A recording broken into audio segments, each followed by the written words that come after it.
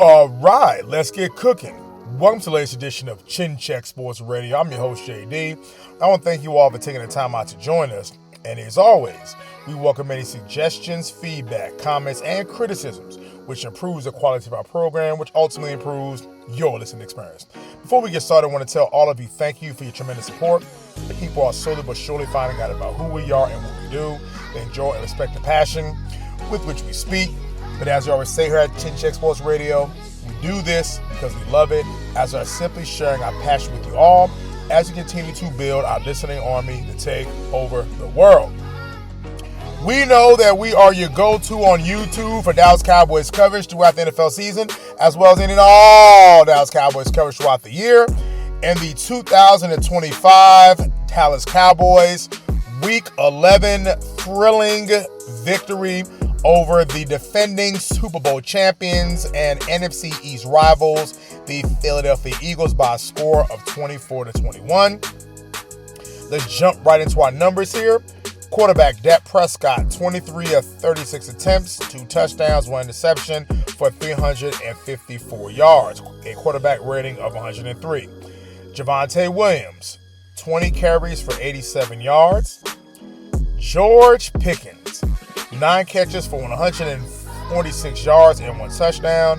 CeeDee Lamb, 4 catches for 75 yards. Jake Ferguson, 5 catches for 60 yards. And Brevin Spanford, the backup tight end, 1 catch for 4 yards and 1 touchdown, the first of his career. On the defensive side, Reddy Stewart, 6 total tackles, 3 solo. Donovan Wilson, 5 total tackles, 5 solo. DeMarvion Overshown, 5 total tackles, 4 solo. Malik Hooker, 5 total tackles, 1 solo. Kalen Carson, 4 total tackles, 4 solo. Osa Odighizuwa, 4 total tackles, 2 solo. Big sack at the end of the game and 1 tackle for a loss. Deron Bland, 3 total tackles, 2 solo. Kenneth Murray, 3 total tackles, 1 solo. Donovan Eziraku, 3 total tackles, 1 solo. Jadeveon Clowney, 2 total tackles, 2 solo. Logan Wilson, 2 total tackles, 2 solo. Shamar James, 2 total tackles, 2 solo. Javon Rebel Jr., 2 total tackles, 2 solo. And CJ Goodwin, 2 total tackles, no solo. And both Kenny Clark and Quentin Williams, 1 total tackle, 1 solo. And Quentin also had 1 tackle for a loss. And Sam Williams, 1 total tackle, 1 solo, and 1 huge forced fumble. Now, you know, as we always say, we do not gloss over wins, nor do we overreact to losses. And the Dallas Cowboys played the tale of 2 halves. If you watched that first half, you would have known that we probably would have came out spitting hot fire on this particular edition, because the Dallas Cowboys pretty much going the first quarter were down 14-0.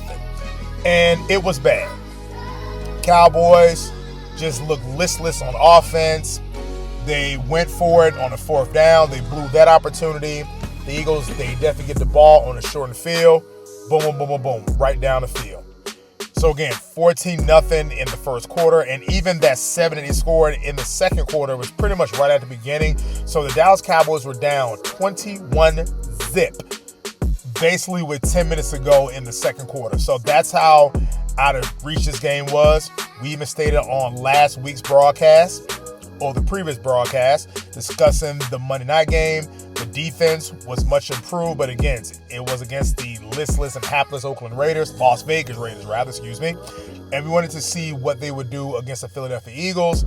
And really, for the first 20 minutes of the game, the Cowboys looked totally outclassed, and they looked just weighing over their head. Dak Prescott even threw an interception inside the end zone. So the Cowboys, they definitely looked awful. They looked awful, and they looked awful. Then the Dallas Cowboys scored a touchdown pretty much towards the end of the first half. And I believe that was the George Pickens touchdown. So the Cowboys definitely did what they had to do. The second half, folks, it was a tale of 2 games. Give the Dallas Cowboys defense this credit right now. As much as they have been maligned all season long, and rightfully so, and you will find no other person who has been more critical of the Cowboys defense than yours truly right here. Ladies and gentlemen, the Dallas Cowboys defense did not give up a single point in the second half to that offense with A.J. Brown. For all the talk going on in Philadelphia, he had 8 catches for 110 yards. Most of the damage was done again in the first half. Devontae Smith, he has 6 catches for 89 yards. So it's one of those, whatever adjustments that they made, the Cowboys, they definitely hung in there. Now, again, the secondary, a little bit suspect. A couple guys were wide open. Maybe a few great catches here and there, but that's what you have to live with because they definitely was finding holes in their zone coverage. I don't know why not playing man, why they're not jamming receivers. So those are things that we don't gloss over in wins. But the Cowboys locked down that Eagles running game. Jalen Hurts was a leading scrambler. That's actually a good thing. Yes, I know that Hurts can hurt you with his legs, but folks, they clamped down on Saquon Barkley for really 10 carries for 22 yards. So the Eagles cannot run the football. So definitely a weakness of the Cowboys, at least early this season, appears to be in 2 games a total strength. So we're going to give the Cowboys defense all their credit in the world for not allowing a single point in the second half to that Philadelphia Eagles team with Jalen Hurts, Saquon Barkley, A.J. Brown, Devontae Smith, Dallas Goedert. Again, just kudos to the Cowboys defense. We definitely are going to sing their praises. And also bearing in mind, this is the first game back in Dallas without the late Marshawn Kneeling. Again, to Marshawn, definitely rest in peace, brother. To his family, again, you have our deepest condolences.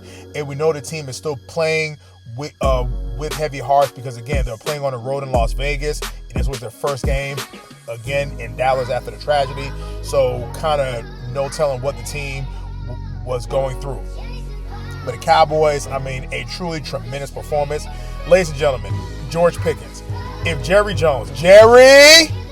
if you're listening to Chin Check Sports Radio, start opening up negotiations with this man now. Now, yes, he missed the team bus. Maybe those are some things that, that we kind of have to deal with. I get it.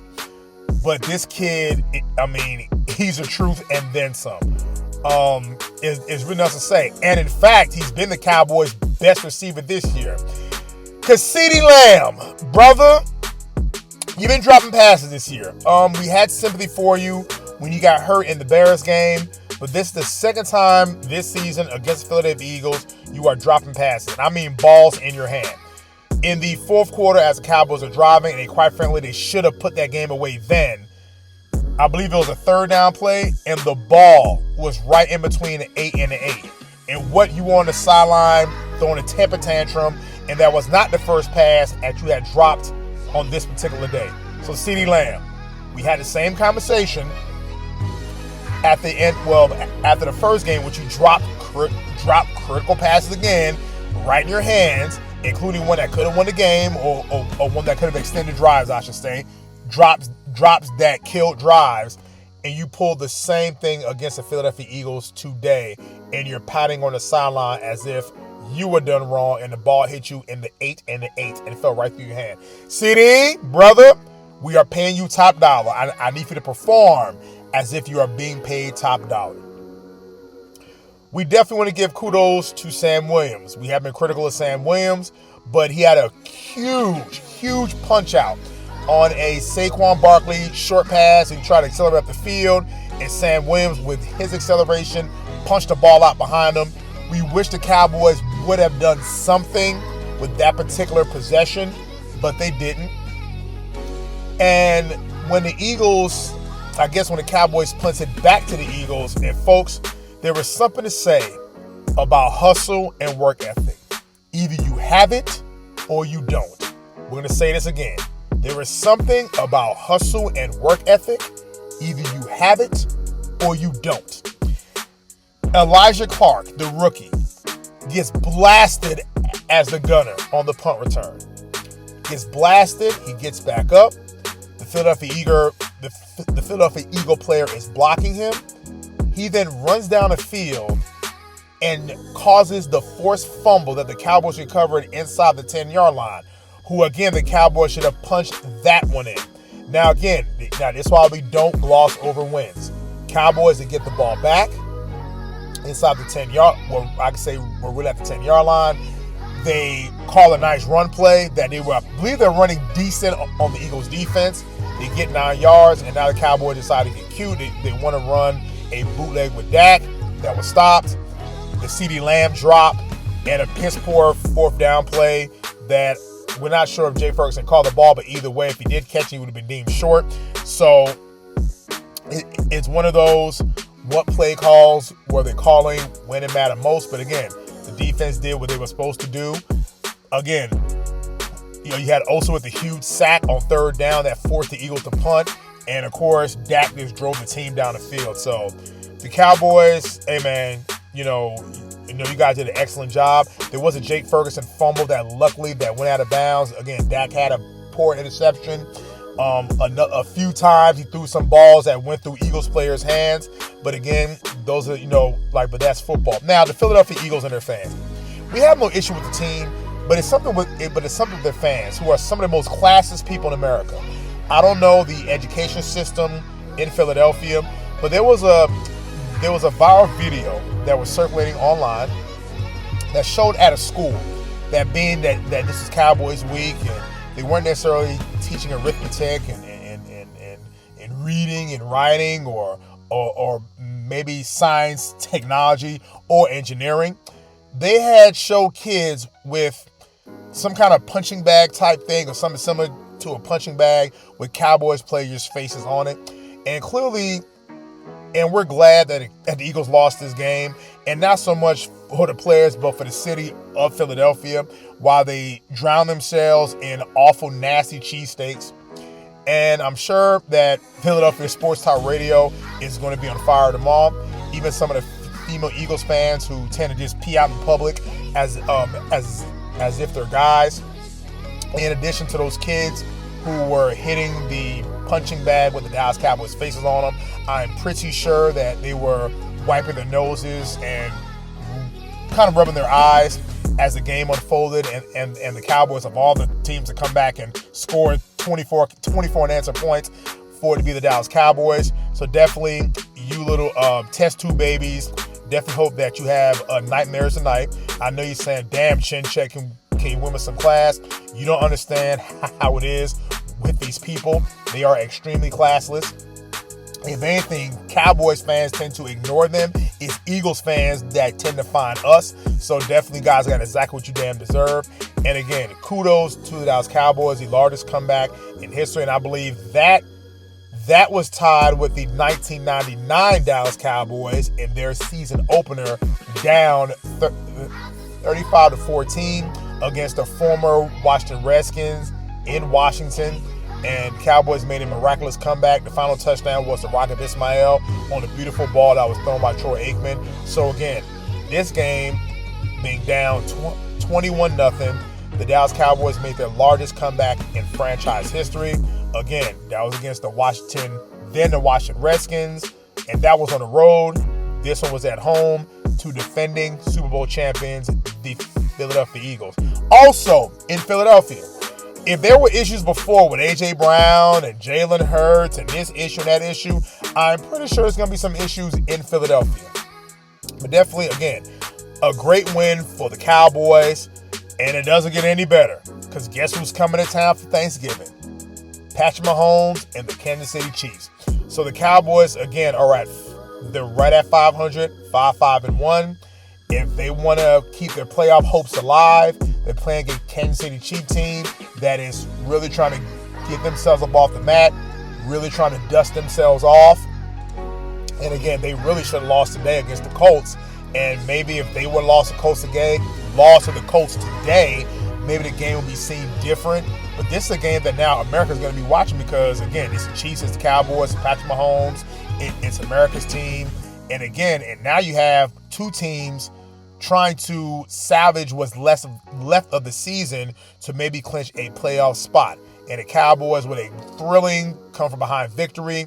The Colts, I believe the Chiefs also had to go to overtime to win that Colts game. So we're talking about two teams that's really coming off of nail-biters that's now playing on a short week, on a nationally televised, a standalone game, so everybody's going to be watching.